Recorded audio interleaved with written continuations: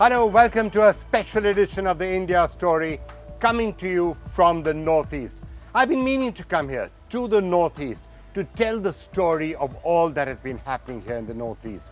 How these powerful, massive rivers, which used to once upon a time flow through areas of strife, or poor connectivity, or very bad development, how this entire landscape has been transforming itself, how there's more connectivity, how there's development, how there's much greater integration with mainland India. Of course, this time, perhaps this week, perhaps this month, perhaps is not the perfect time to tell that story because there is tension, there's been violence, there's been bloodshed. And I'm talking, of course, about Manipur, a state which has been driven by some fairly horrendous violence in the last couple of weeks. Now, efforts are being made to try and restore some peace. Home Minister Amit Shah has been here.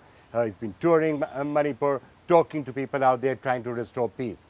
But on this episode of the India Story, we're going to be taking a close look at Manipur. We're going to be talking to people from both sides of the divide.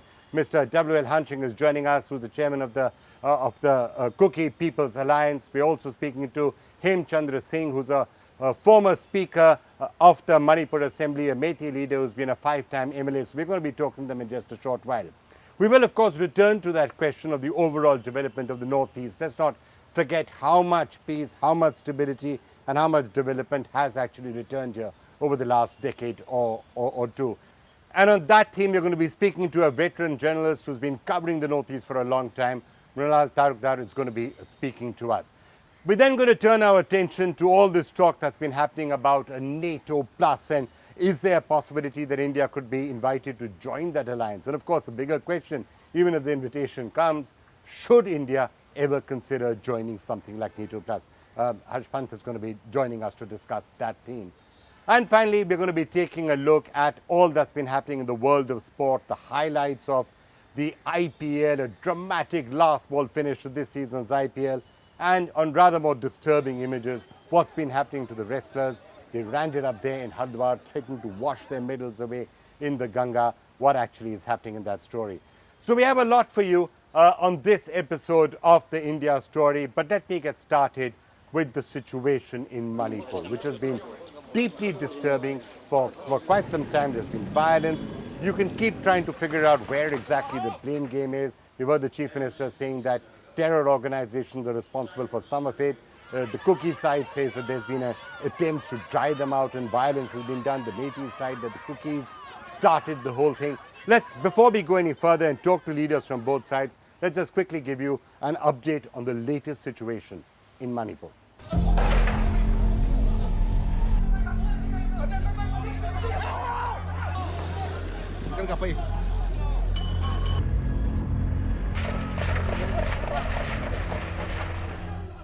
It's the 6th least populated state in India, the 6th smallest state by area in the country.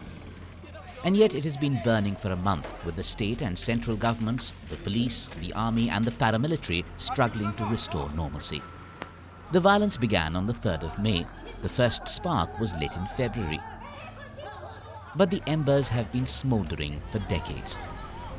To understand what is currently happening in Manipur and why, we need to take a look at who lives in the state and where. The major groups living in Manipur are the Meiteis, Kukis and Nagas. Meiteis comprise around 60 to 65% of the state population.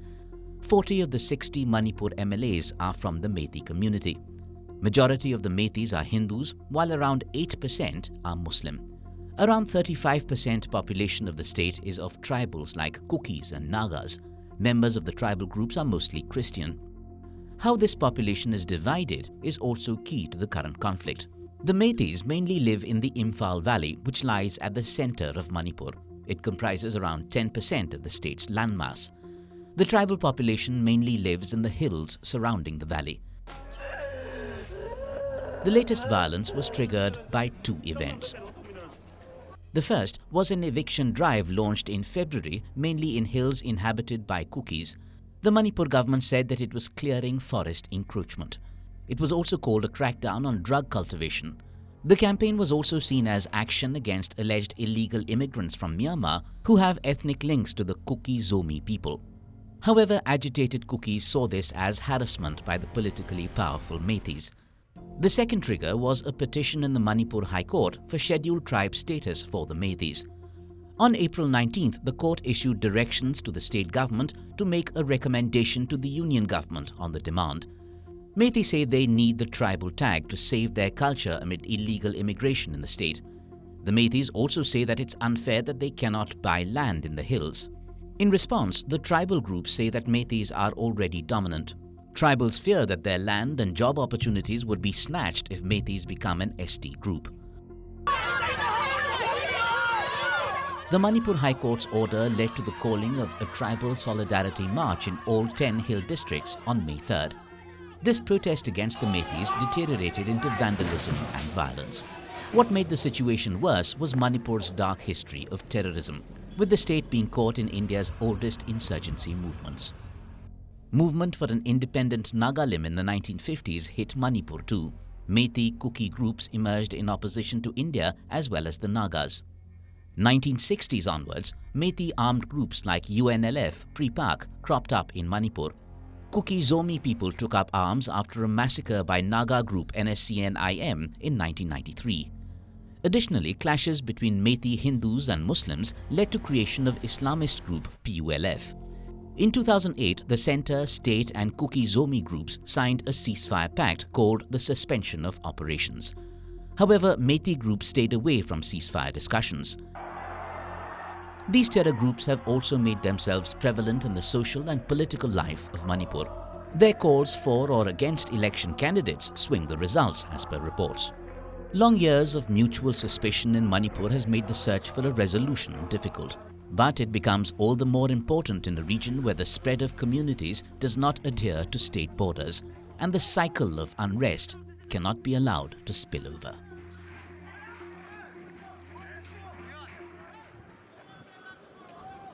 With Manipur burning for a month, Union Home Minister Amit Shah on June 1st ended his 4-day trip to the state with 4 major announcements.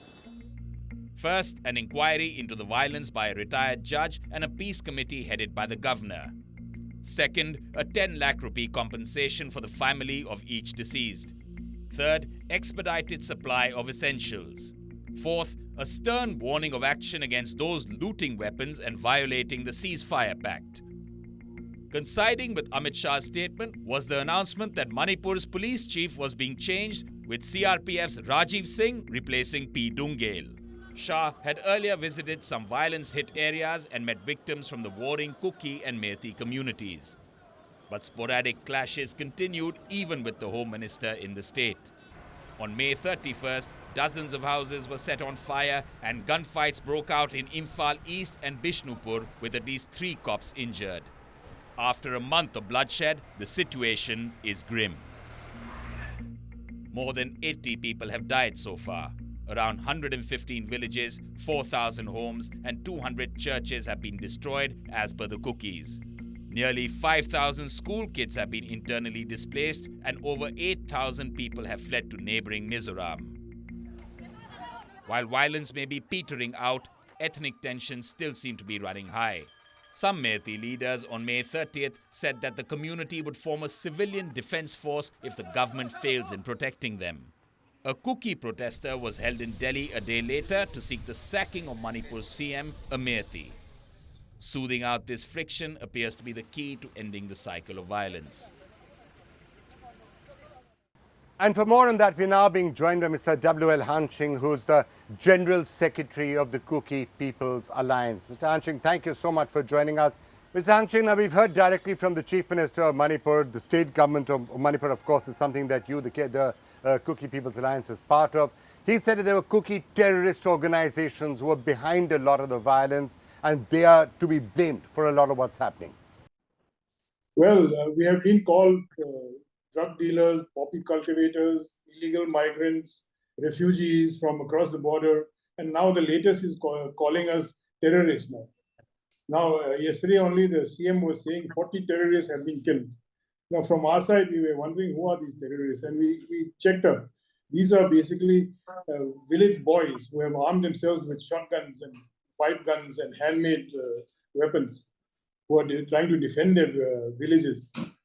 These are what they are calling terrorists. Mr. Hangcheng, would just like to know, we haven't reached the point of no return, have we? I mean, at the end of the day, the Kukis and the Metis have lived together in peace there for a long period of time. Now, from a lot of what you've been saying and others have been saying, and this talk about people migrating from one part of their state to the other, moving away from their traditional homelands, are we approaching the point of no return? It it looks like that at the present. From our side, there has never been any hate as a community of the Métis. We have never hated them. In fact, we admire them for their fine culture, beautiful dances, and we have always looked up to them for as a reference point in terms of culture, leadership, and everything. But this hate campaign has come up in the last 4 or 5 years, and at the helm of all this is the CM himself. And this is the result what we get now. Mr. Hangcheng, you're putting a lot of the blame on the Chief Minister, but in a sense, your party is part of the ruling government there, right? The KPA is supporting the state government and supporting the Chief Minister, therefore, by extension. See, the KPA looks at things on a broader perspective. We look at the BJP as a ruling government in Delhi as well as in Manipur. But it turns out that the government of Manipur is not really singing the same song as the BJP in Delhi. They have their own agenda, local agenda of ethnic cleansing the valley, which they have literally succeeded now. It's a different BJP there. It's not the BJP of Delhi. It is the Meitei government there. And they're not hiding it. Mr. Hangcheng, we've just seen the Union Home Minister himself coming and spending some time in Imphal, touring Kuki areas as well, greeted by a large number of Kukis waving the national flag. What is it that you are telling the union government? What can be done now to try and improve the situation in Manipur? Yes, we are facing extermination by the valley organizations with the help of the state machineries with them, and even the paramilitary forces are being used to clean up all the Kuki villages, especially in the foothills. Right, Mr. Hangcheng, let me put it to you bluntly. There are many reports, of course, of the violence this time around the 3rd and other such dates. What started actually by some young Kuki men also taking to violence, torching Metis houses, attacking Metis. So would it be fair to say that, let me throw that to you, that many in the Kuki side could have also been responsible for starting some of the violence? This starting, it was never started by us.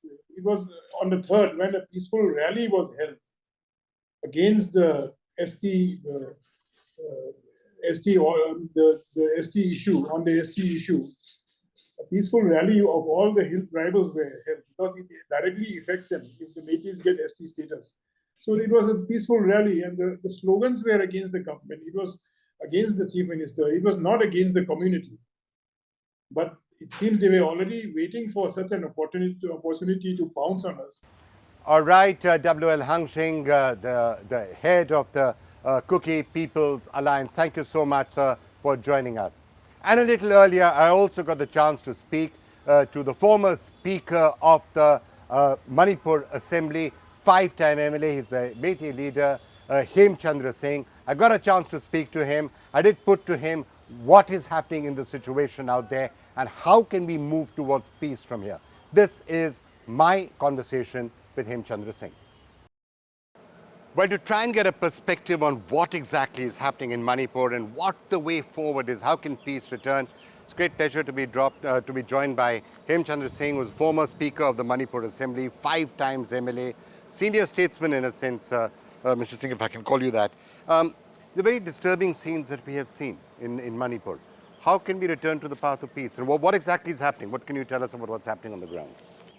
Well, Vikram, thanks for having me on the show first, in the first place. And then I think you aptly and correctly said that this is a very disturbing scenario unfolding in Manipur for the last 1 month. And I think to put the things in right perspective, I'll very briefly, although this has been discussed, this discussion has been going on, but just to put it in right perspective, because your show is watched all over the world.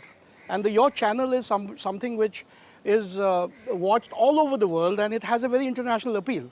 And I think this, the tragedy of this whole, this crisis which has unfolded in a lot of violence and a lot of destruction of property and houses and a lot of innocent lives has been also put in a very bad light and has been twisted.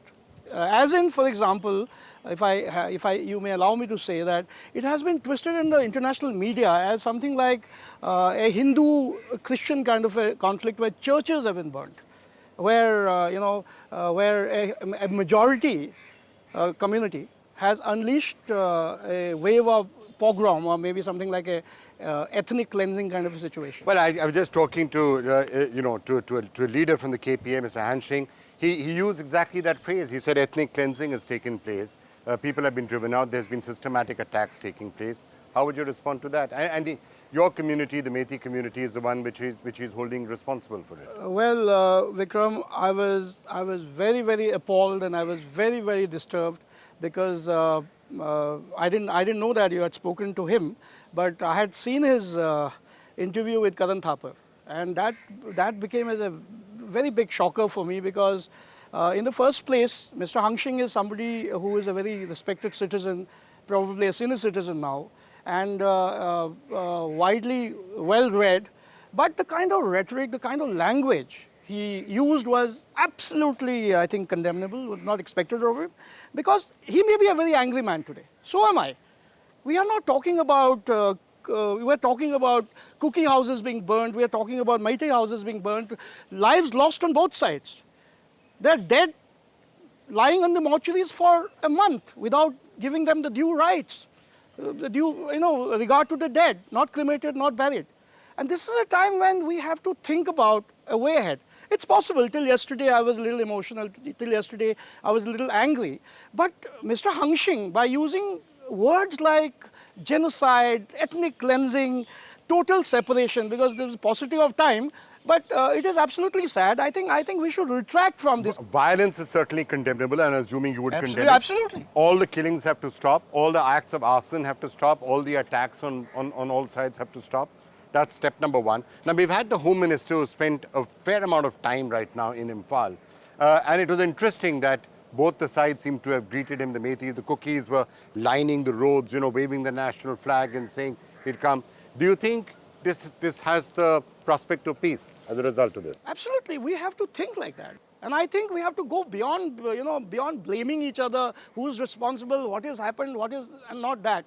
And please, for God's sake, today, I am not speaking as a Meitei, but the position of the Meiteis has been so maligned because of a majority community which has 55% population in just 8%, or maybe if you reduce the Loktak Lake and our water bodies, practically speaking, Vikram, you know it, that we inhabit a place which is cohabited by everybody.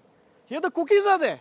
The Nagas are there. All the 34 the smaller tribes are there, including the Meitei Pangals, that is the Meitei Muslims. So basically, look at the immense, pressure, and not to speak about the liberal attitude which you've always had, the Meiteis. So just let me finish this. This whole concept of radicalization, this whole concept of demonizing a majority community, and then putting this in a different, processing it in a different light in the international media, tarnishes the whole image of our country as well. So what the cookie side is saying is that that's what's happening to them. They're being called terrorists, they're being called drug smugglers, they're being called drug peddlers, links to narco-terrorism. They're saying that also is unfair. No, absolutely not. It is very incorrect to call the cookies terrorists and, the poppy planters and drug traffickers. Absolutely not. It is absolutely incorrect. But having said so, you cannot undermine the fact that narco-terrorism is going on. Look at the junta, look at the Burmese, the international porous border problem issue. And these are those immigrants who are not actually even Indian citizens. But see, culturally, there are people of the Kuki, Chin, Mizo origin in Burma, in Myanmar. And it's a porous border. It's not like the Indo-Pakistan border where it's fenced and all. So basically, it's the same culture, same ethos, same way of living. But then there is an immense problem which has not been there before, because there's a huge amount of human migration, and over a period of time, it has become a problem. And Manipur has been hijacked. I'm talking about, please put it on record. It's not just the Meiteis, not just the Nagas or any other, even the Kukis. They've been hijacked by these so-called terrorists, if I may call them. These are these armed groups which are probably, in my mind, mostly have come from across the border, and it is now threatening the very, I think, national security of the country, not to speak about bringing about radicalization, bringing about this I'm just trying to, I'm hearing what you're saying. I'm just trying to find the path forward. Now, look, let's accept it. A lot of the Northeast was actually up in flames till not that long back, right? 15 years, 20 years ago, Assam had issues, Nagaland had militancy, even Mizoram had militancy, Tripura had militancy. All of it seems to be dying down. Manipur is fast appearing as the one place where there is still a certain amount of violence and tension. And I'm sure you as a senior statesman out there would like that image to go in for full peace to return. So how? What are the next steps? Oh, that's very positive, Vikram. And by the way, it is not a correction, but see, on the contrary to what you have just said, Manipur actually was leading, literally. Manipur was not leading in the Northeast, please, if I may say. Manipur was leading in the entire country. Yes. You will be surprised, or maybe I think you know better, that the Times of India awarded Manipur as the best developing state for 3 consecutive years. There were cookie restaurants opened up. There's a place in Churachandpur where the center of the storm, there's a place called Galjang. Very nice waterfall. That's a nice touristy place where everybody goes. So how do we return to that, Mr. Singh? Let me come back to it, because you have to also see it, that the forces behind and what is being all distorted. So if people like, say, I don't want to sound personal now, but if we start talking a language, because for example, there's a counter accusations and accusations going on around the town, but please put the facts right. The violence erupted in Churachandpur.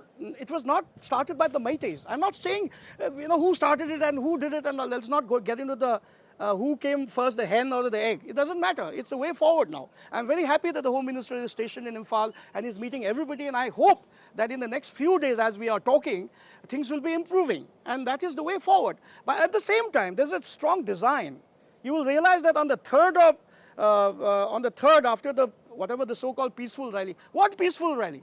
What kind of peaceful rally it was? AK-47 wielding people, Kalashnikov holding people, is it a peaceful rally? And people like Mr. Hangshing are calling it a peaceful rally. Please, the peaceful rally cannot be weaponized. Peaceful rally cannot have room for weapons. And then, Vikram, please, I mean, you may correct me, that is for the viewers to see, it's for the whole world to know if I'm saying something wrong.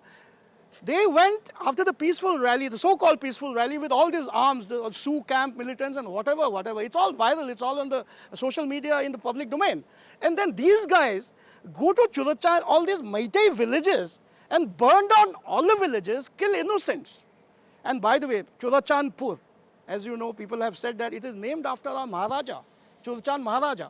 And what happened was, then it was raised to the ground, everybody, whatever has happened, and then sporadic, definitely, it was not good what happened in Imphal. I condemn any kind of violence, but whatever happened went out of control, unexpected. And on the 4th, I saw it, I'm from Imphal, so I was very pained to see all my childhood friends' houses being razed to the ground, the additional DGP's house was attacked. All kinds of things. And it is not wrong that Mr. Hangshing and the Kuki community or the Raja, the Kuki society is very, very anguished, very hurt. But what about the Meiteis? Okay, so let me try and end this by finding a path towards peace. You're saying that the Meiteis side or the Imphal should not be, there should be no different administrative relationships that should come up. You're saying that there's not been ethnic cleansing taking place, but at the end of the day, there has to be a path to peace that both sides have to be talking about. Meitei leaders need to be reaching out to the Kukis and saying, look, we've lived together, as you're saying, in peace and harmony for so many years. How do we return to that? So if you had to give that message, path to peace, what would it be? One, we have to de-weaponize everybody. Okay. I'm sure the Home I think Minister, everyone agrees, fine, de-weaponize. De-weaponize everybody. No more killings, no more killings. No more arsons. No more arsons. No driving out of people from their homes. Absolutely. And the last word, there is no compromise on the territorial integrity and the administrative setup. Under the constitution, yes, the mechanisms can be worked out. The scheduled tribes demand, there's so many issues. But it should be within, it's very nice. Within one united Manipur. Yes, within one united Manipur. And by the way, it is not impossible in my mind. Impossible is not, it doesn't exist in my vocabulary. It should not exist in the vocabulary of Manipur. And we have to think about living together again, which is possible. It may take time. But then what is non-negotiable to me, non-negotiable, which cannot be thought about, is compromising with the territory of Manipur and then separating it into, separate administrative units. Then what are we then? This is Meitei district, this is Kuki district, that doesn't work. Because the whole ethos of our secular, harmonious, heterogeneous existence will be defeated. All right. Mr. Hemchandra Singh, I think you've been very clear, you've been very emphatic on what needs to be done. Thank you so much. Such a pleasure talking to you. Thank you very much. Thank you. All right, let's move away now from Manipur itself to the broader picture around the Northeast. Because let's face it, the last decade and a half, 2 decades, has actually been a remarkable success story here in the Northeast. The distance between the Brahmaputra and the Yamuna, the distance between the Northeast and what is called mainland India, seems to have shrunk a lot. Better connectivity, of course, great improvements in infrastructure, reduction in insurgency, more development, practically an end to any thought of separatism. All of those are dramatic changes that have come here in the Northeast. I'm going to be speaking about that in just a couple of minutes to Mrinal Talukdar, who's actually been tracking many of these changes. But first, here's also a look at some of the changes that we have seen, positive changes, dramatic changes perhaps, in the Northeast. India's northeastern region has historically faced challenges related to infrastructure development, connectivity, insurgency, and economic development. But the transformation of India's gateway to its neighbors in the east has been the main focus of the Indian government in recent years. The main objectives of India's Act East policy are to revive political ties, strengthen economic linkages, forge regional security, and ensure strategic cooperation with Southeast Asia, for which Northeastern region serves as a pivotal point. Connectivity matters the most in the immediate neighborhood, and several infrastructure development projects have been initiated to improve road connectivity, development of airports, and upgrading of railway networks. Since independence, the region has remained a hotspot of insurgency, but initiatives like peace talks with various insurgent groups, surrender and rehabilitation programs, and better intelligence sharing with neighboring countries have helped to stabilize the region and promote peace. And to get a perspective on what exactly is happening in the Northeast, when it comes to the big picture, who better to speak to than Mrinal Talukdar, author, senior journalist, somebody who understands Guwahati and Assam and the Northeast better than virtually anybody else I know. So tell us, we were just sort of discussing that, yes, what is happening in Manipur is particularly painful, but I don't think we should lose sight of the picture that overall in the Northeast, in the last 15 years, 10 years, 15 years, 20 years, a lot of things have changed and changed for the better. No doubt, Manipur is not good. For the last 1 month, it has been burning. But overall, over the last decade or so, definitely there's a tremendous change to the positive side, especially in terms of connectivity. Infrastructure, Northeast is really good. As a journalist, you must have come many times for 15, 20 years back. First of all, there's no insurgency, absolutely no insurgency. It is a peaceful thing. So like a normal stage of the rest of the country, things are now moving. We are way far behind, but we are catching up. Infrastructure, governance, connectivity, I can say yes, it has been doing really well and it improved a lot. Can I just ask you specifically about some of those points? When you're talking about insurgency, I mean, let's remember, there used to be insurgent groups, militant groups, separatist movements. Even in Manipur right now, you're seeing people waving the Indian flag, right? And they're receiving Amit Shah out there. So what's happened to change, to stamp out all that separatism and insurgency and all that? What happened? Where did all those groups go? So first of all, see, the people have realized that they have missed the bus. And that is the reason. Main reason is that they have missed the bus, and that's why everybody wanted to catch the bus. So in the process, state after state, the militancy has gone down.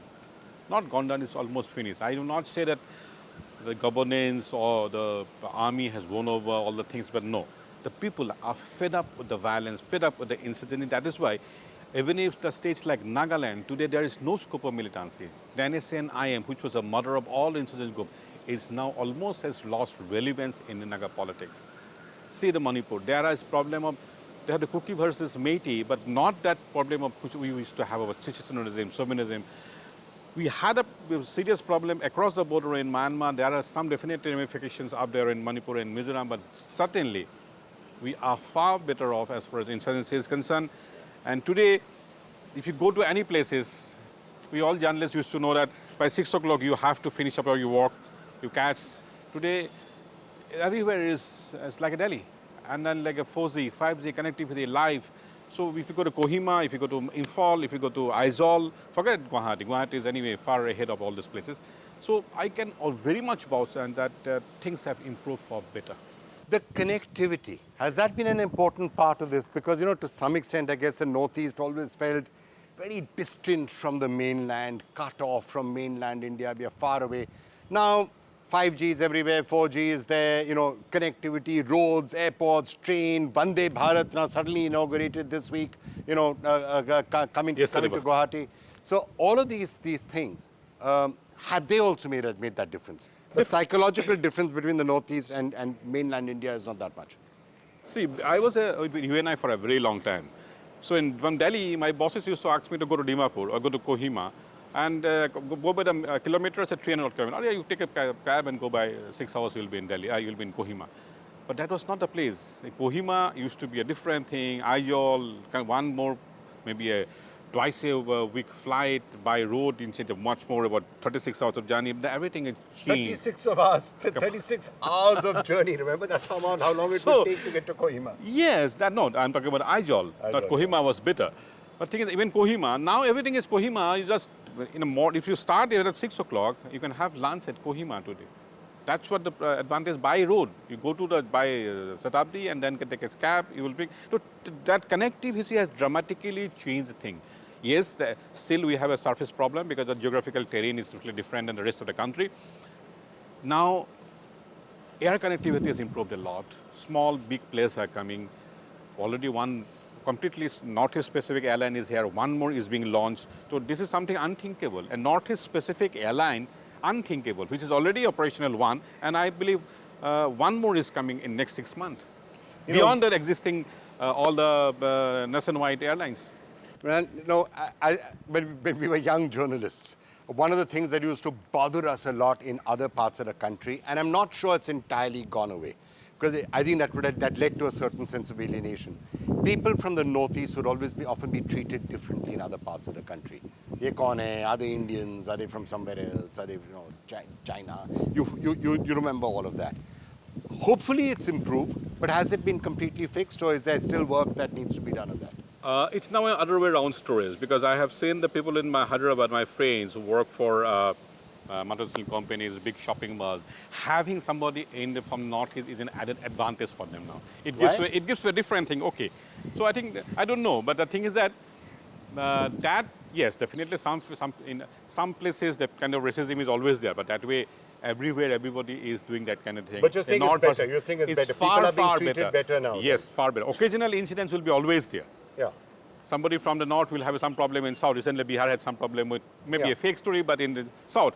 But I still say that no, it's now far better improved story. You cannot generalize the Northeast peoples are being looked at a different way. The present regime, despite there's all plus and minus of their politics, but their approach to our Northeast is far better.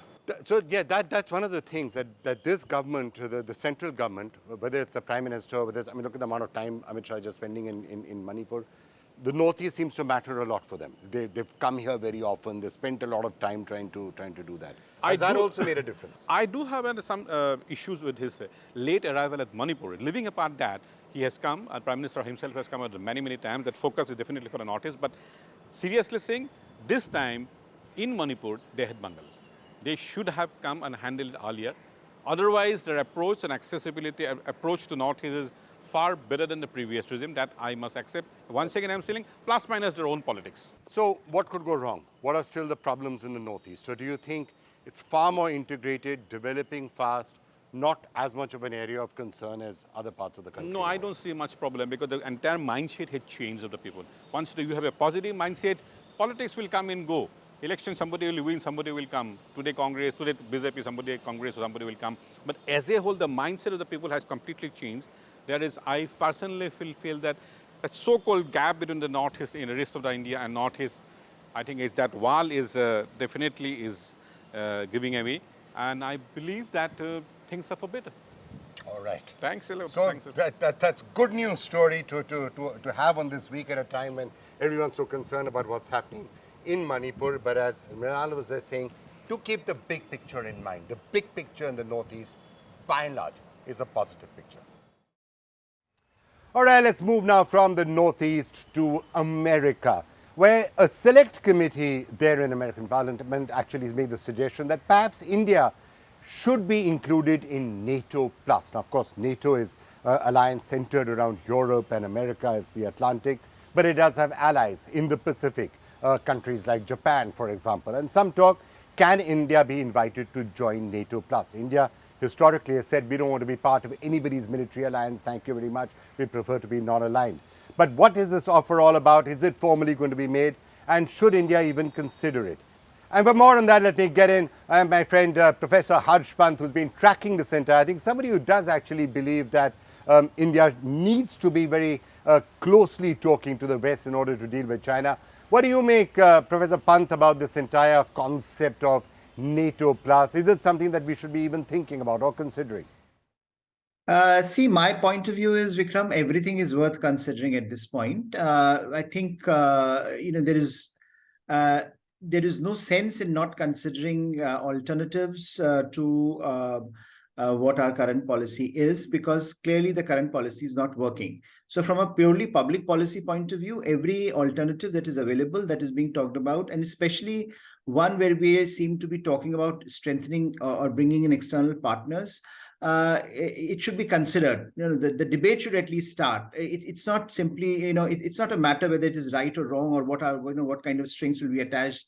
That's a debate we can have. But to keep it off the table, I don't think should be an option. But Professor Pant, the first question to really ask is an offer actually on the table at all? Yes, a select committee has said perhaps it is something that should be done, but as of now, it's not clear that any such official offer is there to actually be thought about or debated.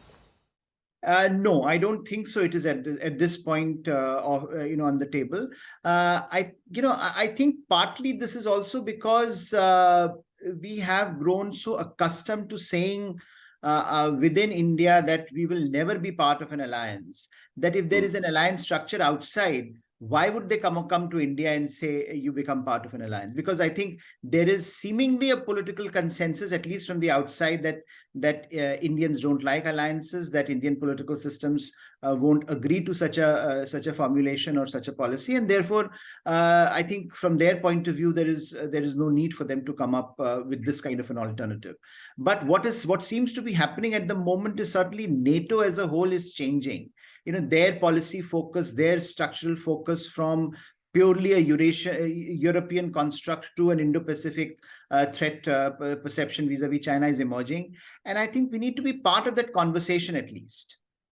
No, you're absolutely right. There has been a consensus here in India that there should be no question of a military alliance with everybody else. But if there's any reason to change that consensus, it's now, given the stance that China has taken, given the threats that China is posting on our borders. So do you think that perhaps one of the reasons why that consensus could change now from what has been there for the last 70, 75 years?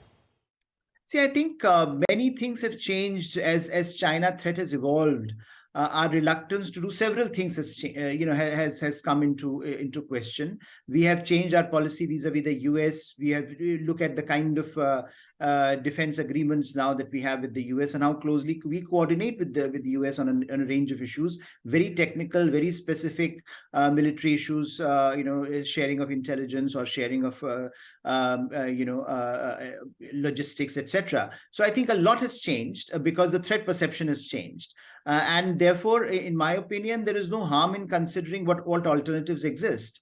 A decade back, or more than a decade back, when it was started, we junked Quad as well. Now Quad has been resurrected. Quad has come into its own. So I think a lot has happened because the environment has changed, and therefore, the policy options in front of India should also evolve as the threat perception evolves. Again, this is not a this is not a question of India agreeing on the terms, perhaps, that NATO is coming and we join NATO. The question is, are we open to alliances? We have moved from a position where we used to say we are non-aligned. Now our ex-foreign secretary said openly that we are no longer non-aligned. We are willing to align on the basis of issues. So issue-based alliances we are talking about, issue-based coalitions we are talking about, and I think that is a response to the kind of challenges we face. So whether we like NATO or not, NATO is there, and we should start thinking what we can do with NATO. Professor Harshpan, thank you so much for joining us. And before we move on any further, let's just quickly take you through another one of our regular segments, a quick scan through what the international press has actually been saying this week. In a surprising move, Chinese media has congratulated Prime Minister Narendra Modi for inaugurating the new parliament and gradually erasing the traces of colonial era in the country. China's The Global Times newspaper, in its editorial, wrote, "In recent years, the Modi government has devoted itself to presenting an image of a rising India that engages in decolonization and emphasizes independent confidence. India has also undertaken large-scale actions to remove symbols of colonialism, including renaming and remodeling iconic buildings, changing budget practices associated with colonial history, and increasing the use of the Hindi language." Time magazine, however, labeled the opening of the Indian Parliament as a controversial move.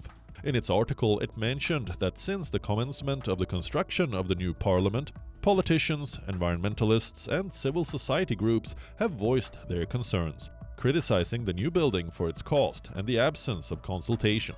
Numerous individuals have raised questions regarding why the government opted not to renovate the existing building instead. The article also pointed out that the ruling BJP received backlash for sidelining President Draupadi Murmu during the inauguration, as they asked the Prime Minister to perform the inauguration instead. The Indian government's decision to retire 2,000 rupee notes has raised concerns reminiscent of a similar campaign in 2016, triggering bad memories for many. The New York Times said in a report this week. The impact of this move on businesses experiencing a shortage of change has been relatively minor. This is likely due to the fact that the 2,000 rupee notes account for less than 11% of the currency in circulation. The article also said that some economists have argued that the withdrawal of these high-denomination bills could aid in combating corruption, integrating workers into the formal economy, enhancing tax collection, and advancing India's efforts towards digital payments. And finally, before we go, let's just take you through some of the dramatic developments in the world of sport in India this week. And there was the high, of course, of the IPL final and a dramatic last ball victory for CSK in a rain-interrupted match and all the celebrations that followed. There was also a bit more of a disturbing sight, all the stress that a certain section of wrestlers have been going through after making allegations of sexual harassment, culminating this week in scenes where they were actually at the banks of the Ganga, saying that they're going to immerse their medals into the Ganga. Now, for anybody who's been a supporter of Indian sport, whatever your political affiliations, whatever you may think about the specific charges that the wrestlers are making and what should be done with those charges, you have to say that those are disturbing images. If you cheer for Indian sport, those would be images that would leave you feeling a little bit disturbed. Here's what happened in the world of sports this week. This week, India found itself engulfed in contrasting emotions as it witnessed the joyous celebrations of MS Dhoni and his Chennai Super Kings' triumph in the IPL, juxtaposed against the poignant struggle of wrestlers seeking justice for alleged sexual harassment. While one side revelled in the glory of cricket, the other grappled with profound grievances and a quest for accountability. The IPL has become a cultural phenomenon in India, captivating the nation with its blend of cricketing brilliance and star-studded spectacles. When Dhoni, a cricketing icon, led his team to victory, the country erupted in jubilation. The streets pulsated with energy as fans swarmed. Fireworks illuminated the skies, and the air resonated with an overwhelming sense of triumph. The IPL had once again united the nation in its collective love for the sport.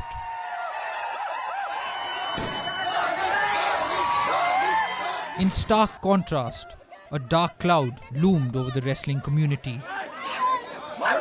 Wrestlers, having brought accolades and honor to the nation, sought solace in the sanctity of the Ganga River, intending to immerse their medals as a symbolic act. They were driven by a deep sense of disappointment and frustration after their demand for the arrest of Brij Bhushan Sharan Singh, the BJP lawmaker accused of sexual harassment by 7 women wrestlers, including a minor, went unheeded.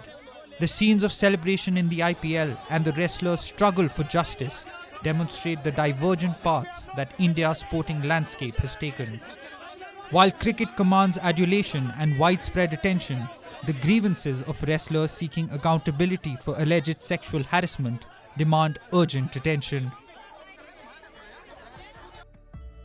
And that's all we have for you on this special episode of the India Story, coming to you from the Northeast. We'll be back in Delhi next week.